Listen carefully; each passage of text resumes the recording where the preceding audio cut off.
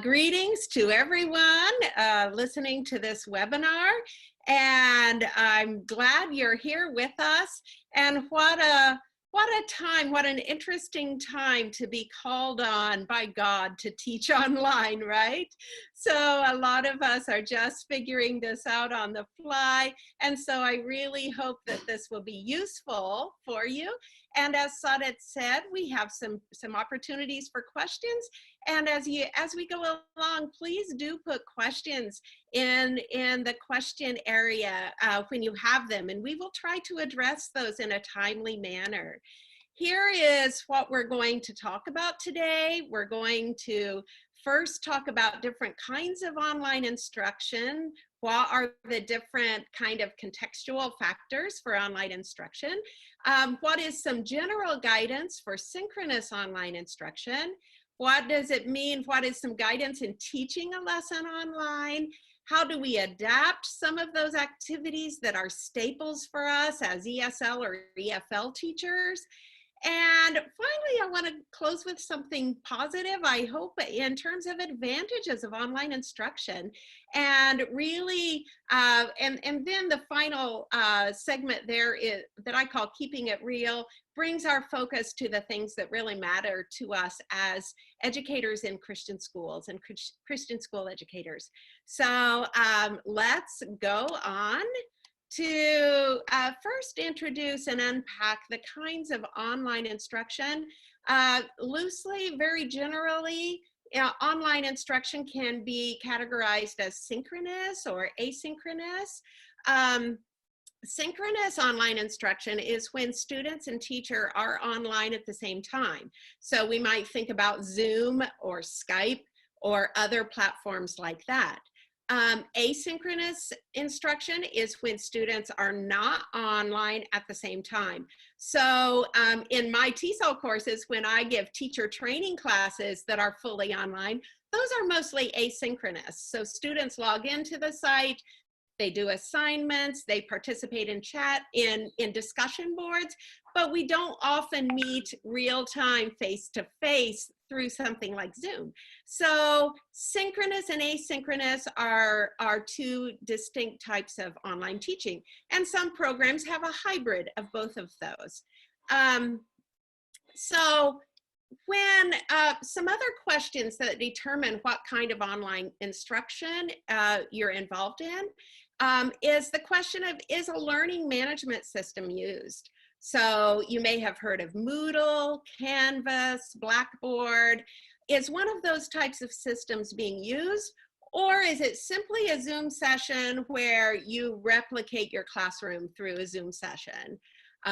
Sometimes there's a combination. You do primarily do synchronous through Zoom, but you also have an LMS, a learning management system, to support your instruction. So the second point there is synchronous learning replicating what would happen in a normal classroom. Sometimes that is the goal of online instruction, and sometimes online instruction is meant to look very, very different from what would happen in a real classroom. So what is the goal and what is the intention there? And another question is, times in online instruction, one of the values of online instruction is being able to bring in a teacher from a distance. For example, a native speaker teacher, perhaps, into a classroom somewhere around the world. And so sometimes there are co-teaching arrangements working there, and sometimes those bring additional issues to process for online instruction. So a couple more points. Is the teacher teaching a group of students simultaneously, just like would happen in a real classroom? Or is it basically a tutoring session with students one at a time? Is a parent present? So along with the age of the students, we might process, you know, relative to their age, do they need parental help? Is that there or not? Should it be there or not? So the role of the parent or the person in the home becomes a critical factor as well. So what's really important for us to know and to think through is that each context for online learning is different.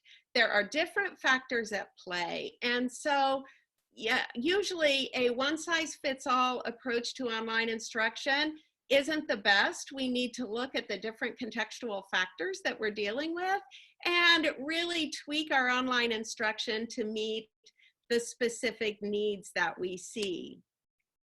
And so we've just got a kind of an overview of kinds of instruction.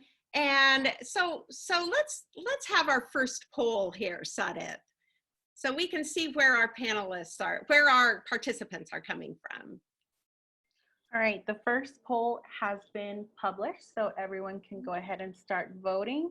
Please let me know if you cannot view it, but it is shared. So I've gotten some responses. That means that people can view it for the most part. We're gonna leave the poll on for at least a minute so we get at least most of the votes.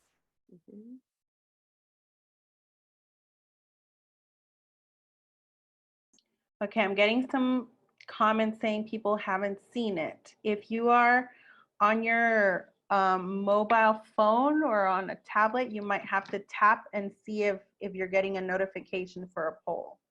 If you're on your computer, it should have been on your screen, but let me know if you are on your phone or on your computer so I can help you. Okay. Okay, gonna leave it up for about 15 more seconds. We got almost 70% of the votes.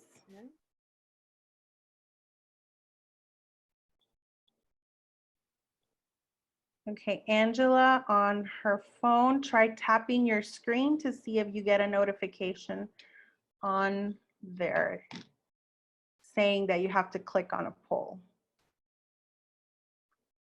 All right, gonna end it in just a couple seconds.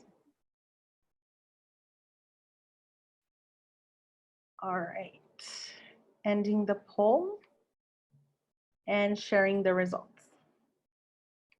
Okay.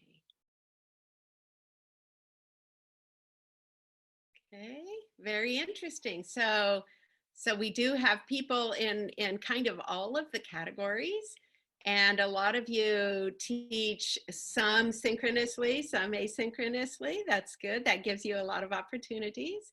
And more of you do not use an LMS than do. So that's interesting.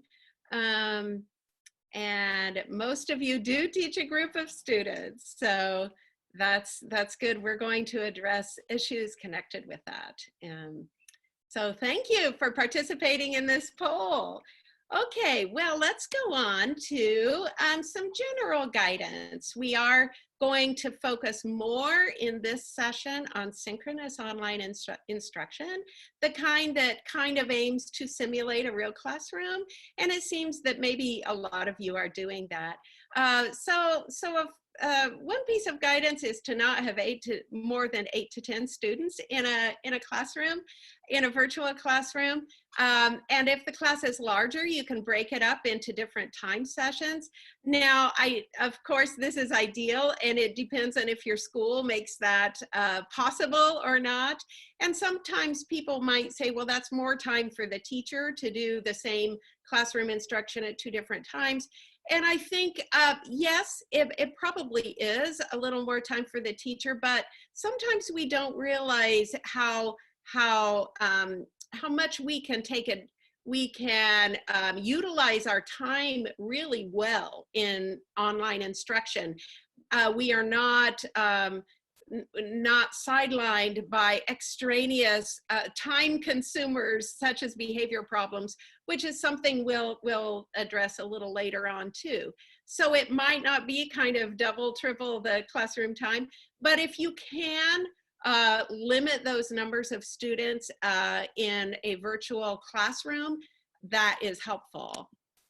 And I want to say, as I move along, that I do have a lot of text on my slides, and I have done that because I think that those of you who want to get the recording afterwards and sort of keep this and go back through and read the slides. I'm hopeful that that's helpful to you. But I'll just generally, I won't read them all now while we're doing the webinar. I'll just kind of generally present the ideas. So here's another point. The younger the child, the more need there is for an adult presence at the computer with the child. And sometimes a problem is that the parent doesn't speak English. The parent needs to help the child but doesn't speak English. And so I think it is very important to provide orientation for parents in advance of starting online instruction, to orient them to how the sessions will run and what their part is. I think that can be very important. Now, sometimes we have the opposite problem with a parent who does speak English and is sitting with the child and trying to translate for the child. That's not something we want to happen either.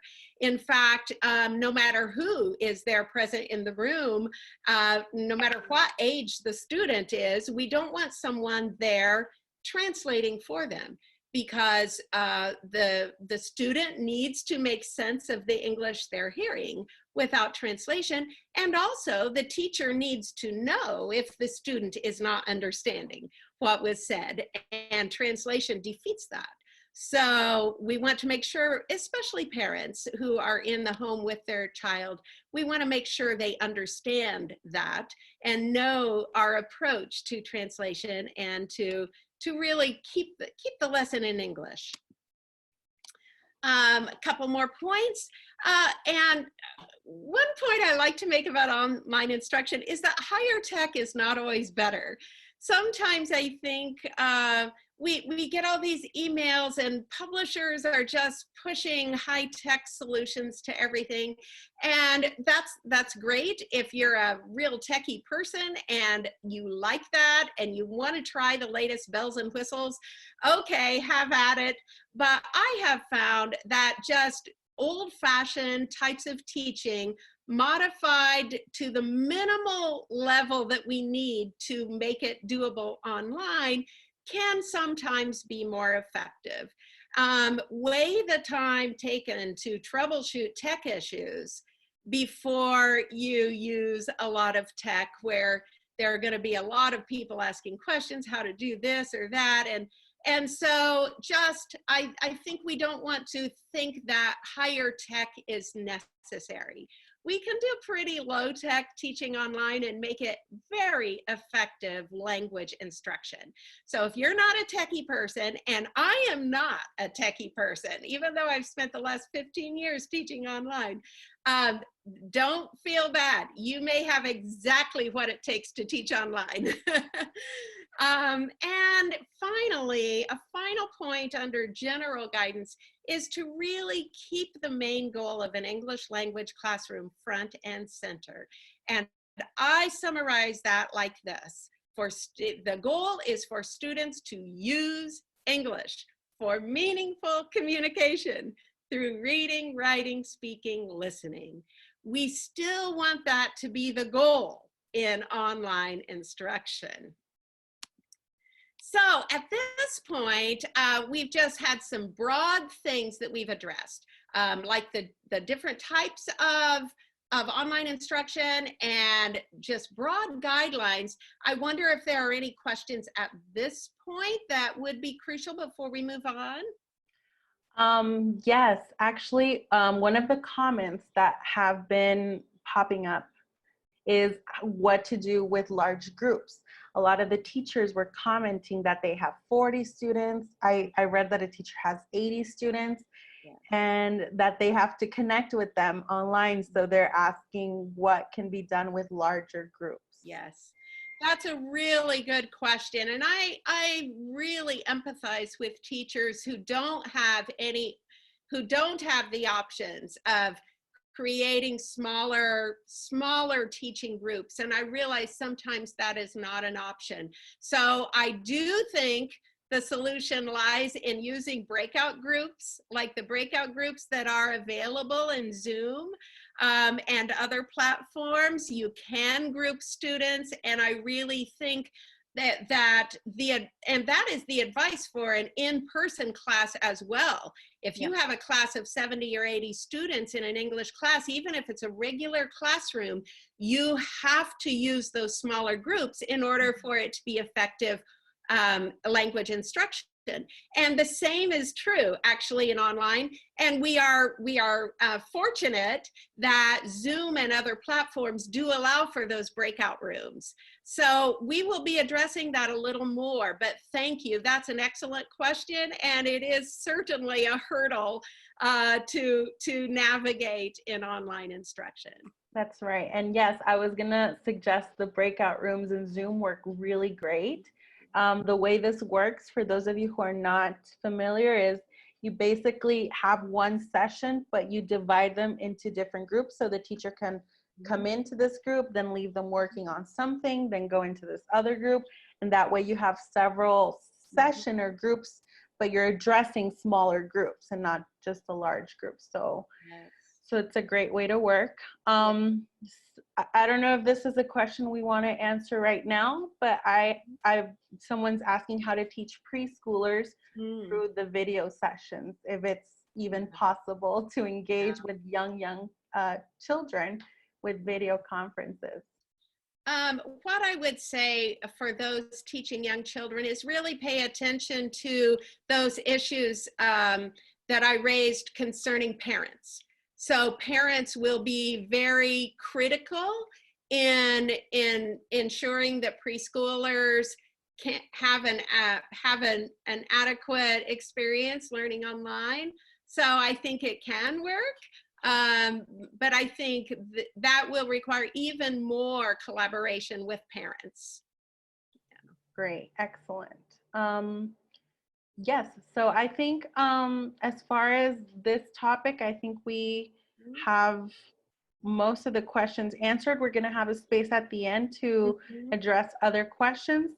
Someone asked what happens when not all students have internet, but I think that would go into not the synchronous learning. But yes, that's correct.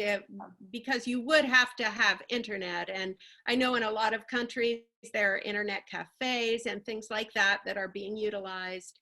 But that's obviously a difficulty for students at this point in time. Yeah. So let's go on to our next sort of category that we're going to talk about is teaching a lesson online.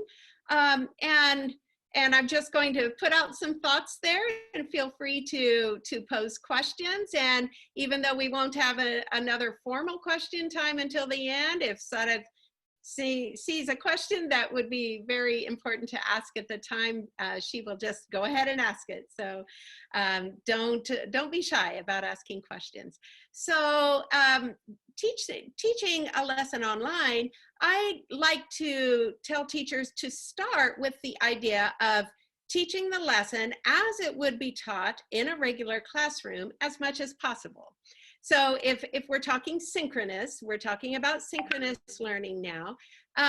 So often, if you look at an actual lesson plan for an EFL, English as a foreign language or second language lesson, it is possible to do a lot of that lesson plan through online instruction. I have been working with the Passport to Adventure series. As Sadeth mentioned, I am one of the authors of that series. I wrote 2 of the books in it. And I have been working on online adaptations of that series. And I have been pleasantly surprised that when I look at the written teacher lesson plans in the series, a lot of it really works pretty well through online instruction. So I think that needs to be the starting point. What would you do?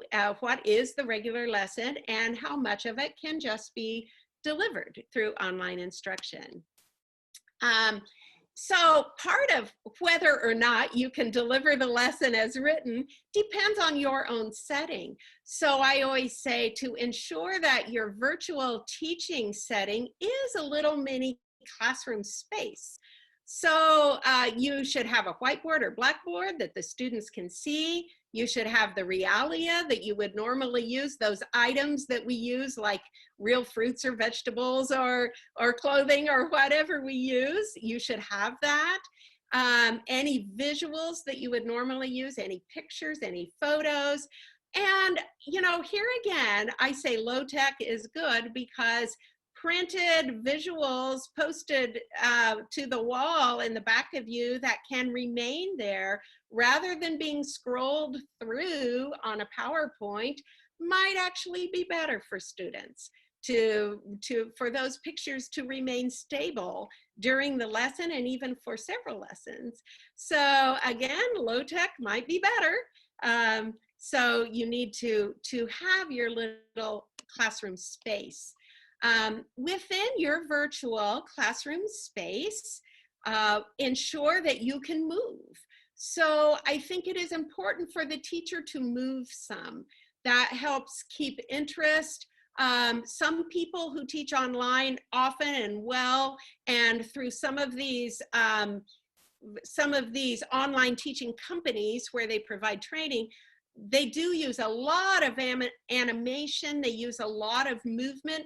That can be helpful, but also it's helpful if you have a place where you can even stand up, you can go to the board behind you, make sure, work on your camera placement or a couple of different cameras so that students can see you, have options of sometimes seeing you up close, sometimes seeing you standing at your board and doing something at the board. So work on your virtual classroom space. Again, and we've mentioned the role of parents. I think we do, no matter whether parents are going to have to actively help their child or not, it is important that they receive information about how this works. Because for most parents, this is a brand new thing. So parents, so what information can you pass on to parents? They need to provide a classroom-like space, if possible, where the student can both see the online teacher on a computer and have a workspace, have a desk space. So we don't want it to only be the computer. We do want desk or table space where the child can work.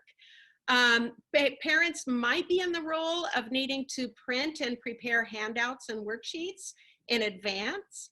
And those might be sent by the teacher via email, or they might be downloaded from a website. But it's important to communicate with parents and navigate all of this and consider what parents are able to do, consider their resources, and work with them on this to help them understand and maximize what they are able to do to help their child. So more information for parents is that they do need to, in most cases, parents will be supervising some independent work, because in most lessons, there are times when students are doing something independently, and that shouldn't be seen as just, okay, there's 5 minutes of nothing now during the lesson.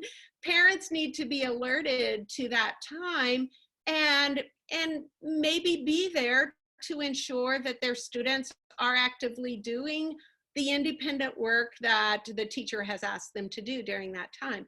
And again, I reiterate here that if parents speak English and want to participate in the lesson, they still should not translate, and they need to understand the role of both languages. Certainly, the first language is valued and should be supported and should be developed. But we want parents to understand when it is and is not helpful to translate. And so teachers can navigate that with parents and provide them with some orientation on that. And so I think we have another poll here now. Let's see what our poll questions are this time, Sadet. Yes, let me pull these up. All right, everyone should be seeing the third poll in this moment. There we go.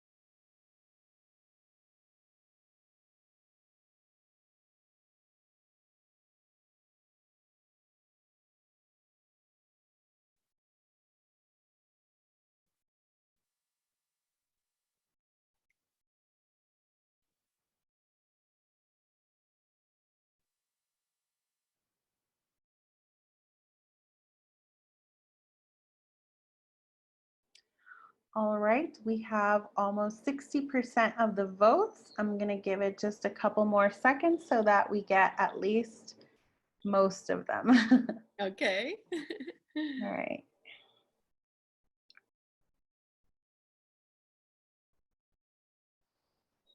Make sure that everyone submits their answer. When you are done with answering the questions, you must click on submit so that we get your answers.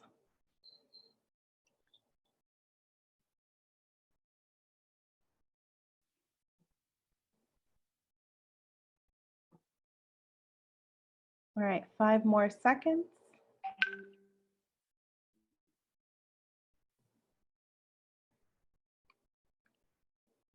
All right, we're going to be sharing the results.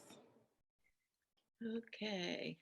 So many teachers feel a need to explain a lot in the native language. Sometimes parents translate too much. Okay, I'm glad for a lot of you. It's working well. That's good. Able to follow your usual lesson plans in online instruction. Wonderful. Wonderful that that is working well for many of you. And the last one there. Okay. Yes, some of you have your online space set up very well, and some of you are still working on it. And others of you, maybe this is a new idea, and you'll go home today or after the webinar. Most of you are at home, but after the webinar, you might be pulling together an online teaching space. So that's wonderful. Okay, thank you, Sadeth. So let's go on. For the remainder of the webinar, we're going to talk about more specifics in terms of adapting some of the things that we normally are used to doing as English language teachers, and how do we adapt some of those for online instruction. So we're going to talk about some things like that. So the first category that we will address is those interactive student tasks. As all English language instructors are aware, we do so many things where we want students to talk to each other using the English language, right? And that is what I'm getting at with the term interactive student tasks, where students will interact with each other. And how in the world do you do that when they're all just faces on a Zoom screen or whatever? So students there is a raise hand function, but again, low tech, students can actually raise their hands in their camera if you can manage to see them all and see when a hand is raised. But students can raise hands, and they can take turns asking each other questions. So it could be that you can set up interactive tasks. Instead of everyone going around and asking another person something, it might have to be more one at a time, but it can still occur. But then the teacher can also use those breakout rooms. So we've been talking about those, and those are certainly critical if you have large classes for allowing students to interact. You could have a breakout rooms of 5 or 6 students, and they have to each ask each other person in the room this question, or maybe they just take turns, each of them sharing the answer to a question, something like that. But it is possible to have students interacting in online instruction, and that still really needs to occur. So another point, when teachers are having students interact in even a regular classroom, it is really, really, really important that the teacher set a specific task. Go to a classmate and ask a question about XYZ, and then the other classmate answers with 3 points or 3 items or 3 examples. It is very important to have that kind of specificity. And it is also important when we're doing online instruction. If you're doing those breakout groups, students need very clear instructions about what they need to do. And it needs to be a limited time. I say we never want to leave students in breakout groups for more than like 5 minutes. Now I'm talking about K through 12 students. A lot of you are teaching middle school. So I'm not talking about adult learners. But if students are younger, they certainly need that time pressure. We only have 5 minutes to accomplish this, something like that.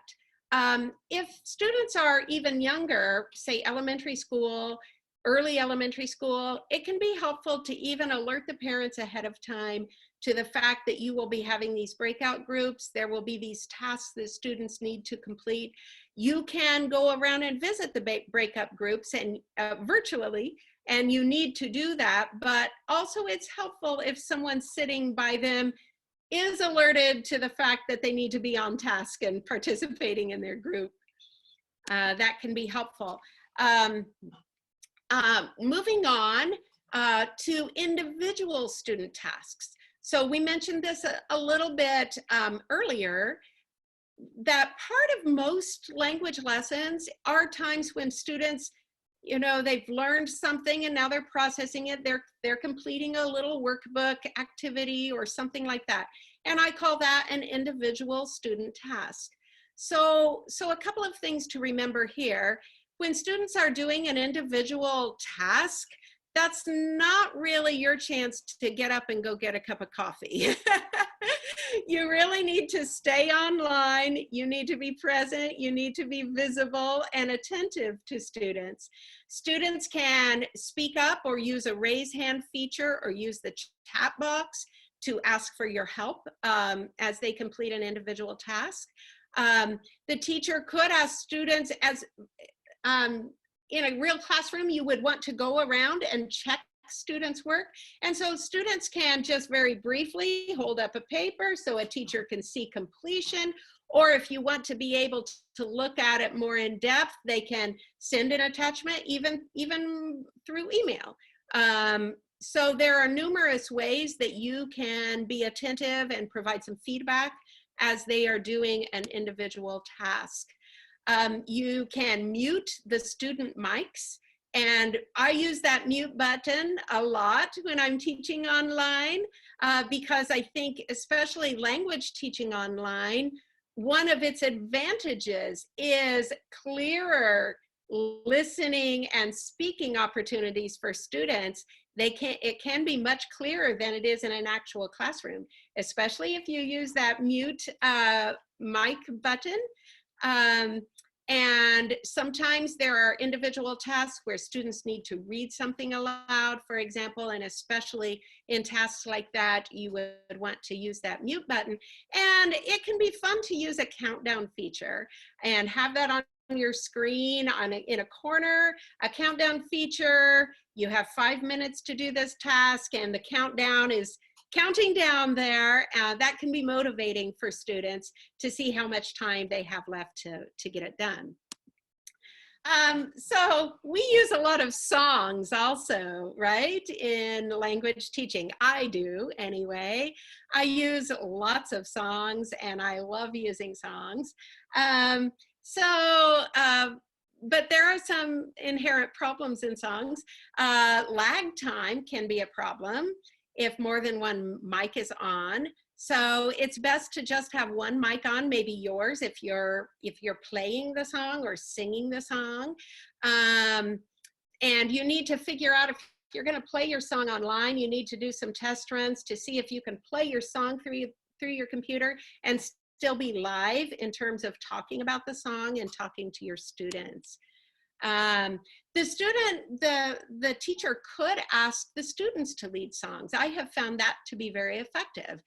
Prepare them in advance, let a student download their song or be the song leader.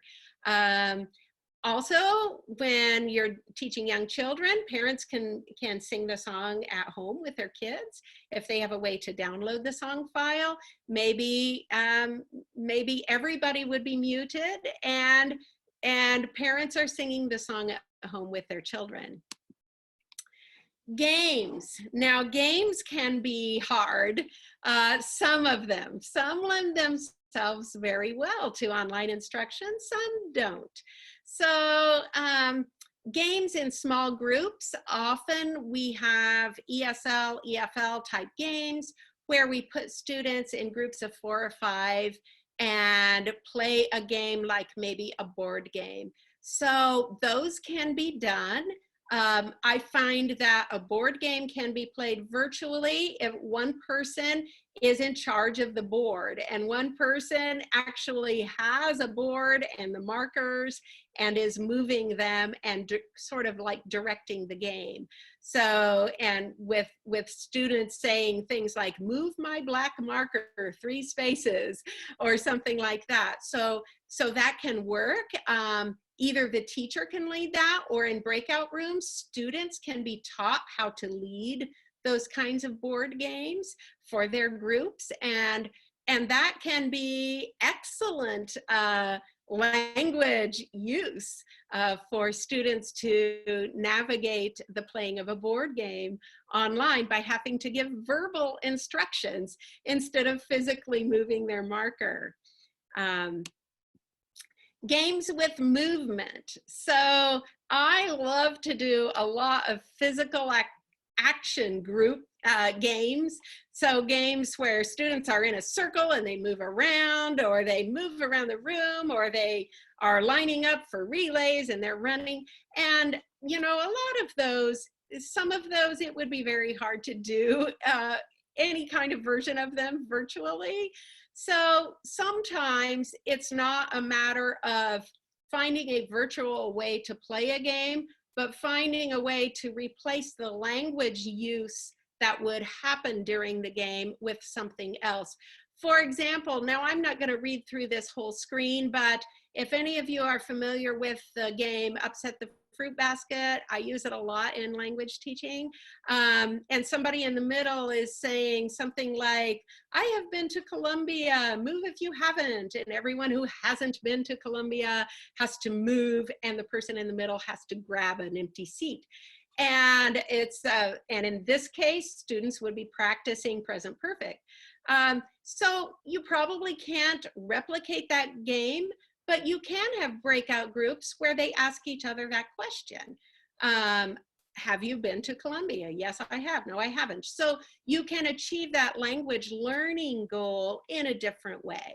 And often it's important to do that, to maintain the language use piece, even if you can't replicate the game. Just a couple more things about games. There are some games that work perfectly well through online instruction. Games where each student has their own board tend to work really well. And an example of that is bingo. I have played bingo in online instruction and it's been virtually the same as doing it in a real classroom. Sometimes I need to alert students ahead of time what they need to gather. I'll tell students they have to have buttons to put on spaces, or that they need to gather colors to show me, or something like that.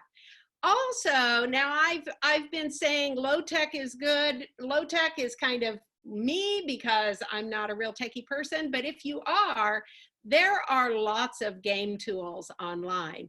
There are things like spinners and dice and all of those things that can be done virtually. Sadeth, I know that you have background and experience in more of the online tools. I don't know if you want to jump in and say anything here.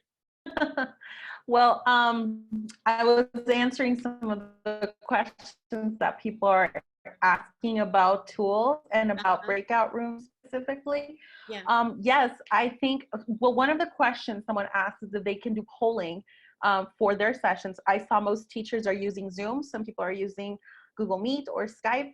For Zoom, it's very easy. I shared the tutorial in the Q&A area for those of you who are interested in knowing how to add questions.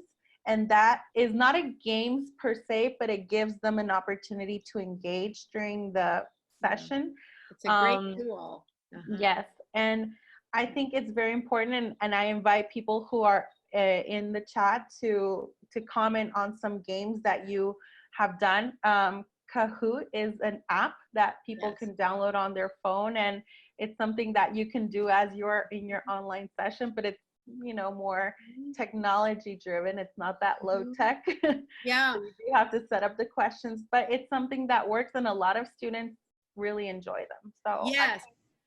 Yes, and we don't want to shy away from using those if they are things that are available to your students and do motivate them and motivate you maybe to teach online, for sure. So there's no need to avoid those, and it's there, more and more is being produced all the time. So if you are going to be teaching online for a while, it is good to know what some of those tools are. So thank you for that. Yeah. Let's go on and talk just a little bit more about activities involving movement. So active learning such as TPR can work really well via distance. I've done a lot of TPR. So for those who maybe are not familiar, TPR is total physical response. And what it means is it's just an activity type that we use in language teaching, where a teacher will give a command and students will respond by doing something rather than saying something. So it's a very good technique. It's a very good method or technique for early language learners. If they can point to the right color or touch the right body part as a teacher says it, and they don't have to speak. So it can be very good for developing that initial receptive vocabulary. So students can get out of their seats, they can stand up, they can walk around. They may need coaching about how to stay within their camera so that you can see them, but it can work well. And I've done a lot of TPR where I ask students in advance to collect items that they will show me. So maybe they'll collect markers of different colors so that we can practice colors, or maybe they'll collect clothing items so that they can hold up the right clothing item when I say it. So again, that's more for beginning learners, but it can work well through online instruction. So sometimes we might have a go-to activity that we love doing in a real classroom, and we might think, oh my goodness, I'm not sure there's any way to make this work in an online format. And one of those for me was just a really simple activity that I've done with beginning classes where there are items in a paper bag, and somebody comes up and one student comes up and feels an item, and then the others have to guess, is it a pencil? Is it a piece of paper? Is it a ruler? Is it an eraser? And they have to formulate those guessing questions. And you know, I think there are ways to kind of do something like that, guessing game activities through online instruction. Part of it involves alerting students ahead of time. You're going to have this item, you're going to have this item, alerting them by email what their item will be, and then they will pretend that they have felt that in a bag. So there are ways to kind of work around and see how you can do something similar to some of those favorite activities that we love to do in classrooms. So we have another poll now about adapting our activities. So let's pull up our last poll, Sadit.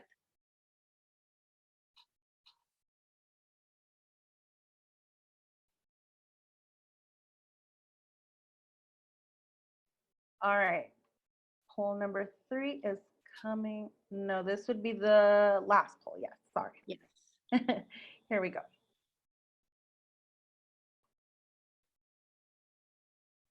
All right.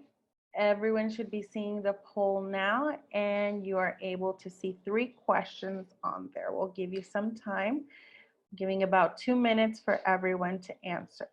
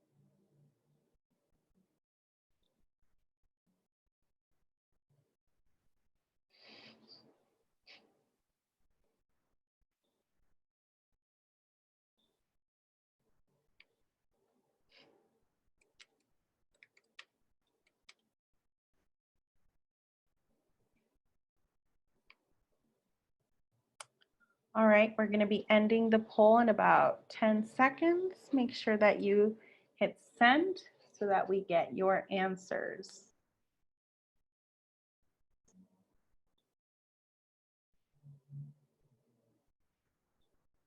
All right, we're going to be sharing the results now. Okay, so I see that some of you have not used very many interactive activities yet. Maybe this will spur you to try it.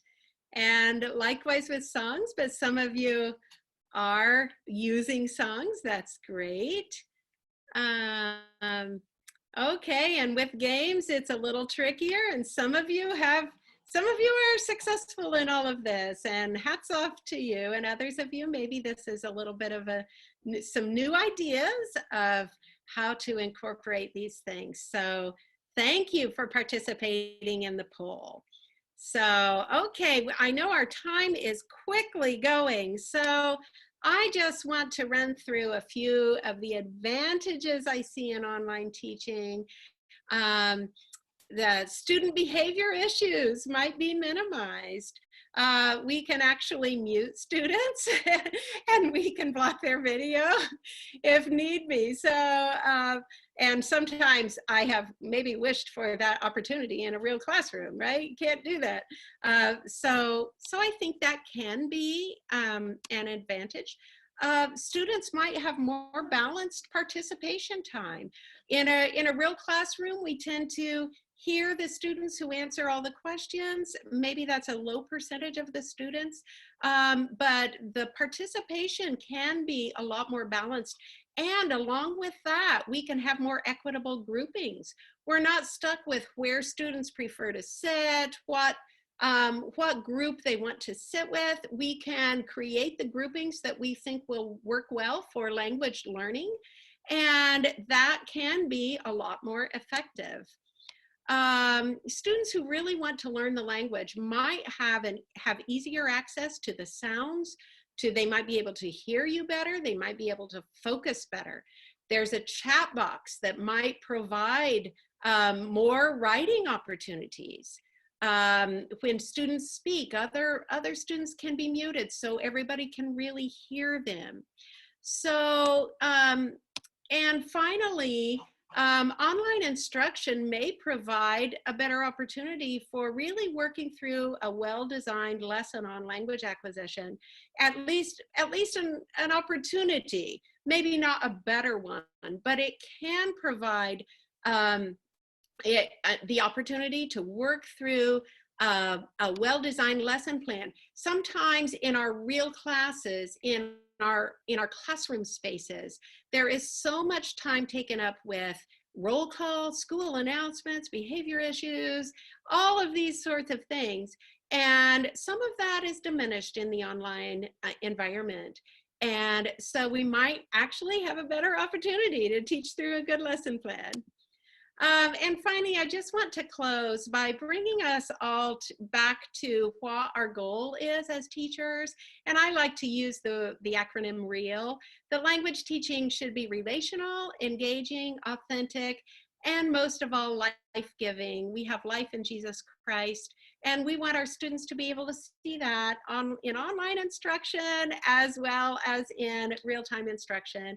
And these days, I have been reminded of Romans 8:28. And one of my favorite versions of that verse actually comes from a Portuguese paraphrase of it, that God is working out the good for good, those who are aligning themselves to his purposes.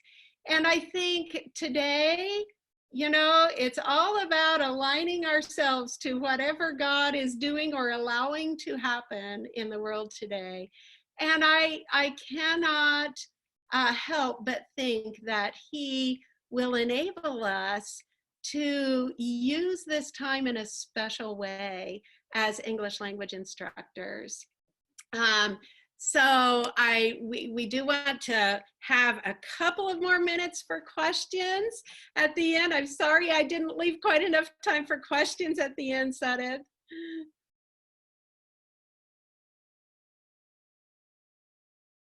Shared your experience and definitely has been valuable. We have had several questions, thankfully. They've been very good and a lot of them are very similar. But if I go to the questions and answers space, which is where I've been trying to direct people to ask their questions, the most voted on question is this one. Most of my children are under 5. I've been struggling to find ways to plan activities for them. I usually go for project-based learning, but most of their parents don't spend quality time with the kids regarding school. So what is our suggestion for them? Yeah, well, that is a tough one because small children, in order to avail themselves of online instruction, really do need some adult help, right? They do need an adult with them.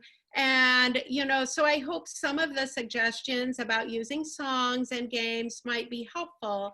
However, when the children are very young, I would say that, you know, maybe a starting point would be to open a discussion of how parents can collaborate and what that might look like within their realm of possibility. And, you know, I would start there with parent-student, parent-child, parent-teacher collaboration, because that really is necessary for young children. Right. I'm also adding to the chat this link that ACSI created, their resources for early education. The problem we have with our resources is we need to look for resources in Spanish, but the advantage we have as English teachers is you guys have probably more resources than there are in Spanish, or more available. So I sent the link there for ideas, digital tools that you guys can look into. So thank you. That is one of the questions that we had and was most voted on. I think that's probably the concern for some people, is those who are teaching very young students, even early elementary or low elementary. They don't know how to engage with them in Zoom. So and that might be maybe a good topic for a specific webinar on that. Yes, I agree. So we can talk about that, Sadeth, because maybe, you know, there could be some different answers to that. If I could close by just, I would like everyone to know that there is a 50% discount for teachers at ACSI schools at Messiah College in our programs. And we have programs in both TESOL and online instruction, and the combination of those. So a lot of people may not realize that there is instruction for that. And, you know, if you're there thinking, hey, maybe this is a new way to teach, know that we have this discount, and you will be sent these slides so that you can follow up if you want to find out more. So I would love to field any questions you have about any of our programs. But regardless, I wish you well in your instruction. And Sadid, as I mentioned to you, I'm available to receive email questions. So you will have my email address on the opening slide when you look at the recording. And so I invite you to get in touch with me if I can be helpful as you seek to teach in this new way. Thank you so much. And I see some of you guys are asking for links to resources. We will be sending you the link to the recording after the session is done, but we will also be sending other resources to you as well. So you should be getting those in your email by tomorrow. But I encourage you all as well to try different things. A lot of this is trial and error. If something doesn't work, you know, you either want to keep trying again in a different way or try something different. And I think everyone is doing a great job. So thank you all for doing that. And I want to thank Dr. Jan Dormer for taking the time to be with us today to share some of her experience and knowledge in this field. We hope to have her in Guatemala, and Colombia, and Brazil in the near future, so we can also get a lot of this specific training. And if you all wish to have another session with her, then write to us and we will gladly set that up sometime this year. So thank you, Dr. Jan Dormer. We will also share her email address, or you will see it in the first presentation slide. And thank you everyone for being here today. Thank you, everyone. It's been nice to talk with you. God bless you in your teaching. Thank you. Thank you so much.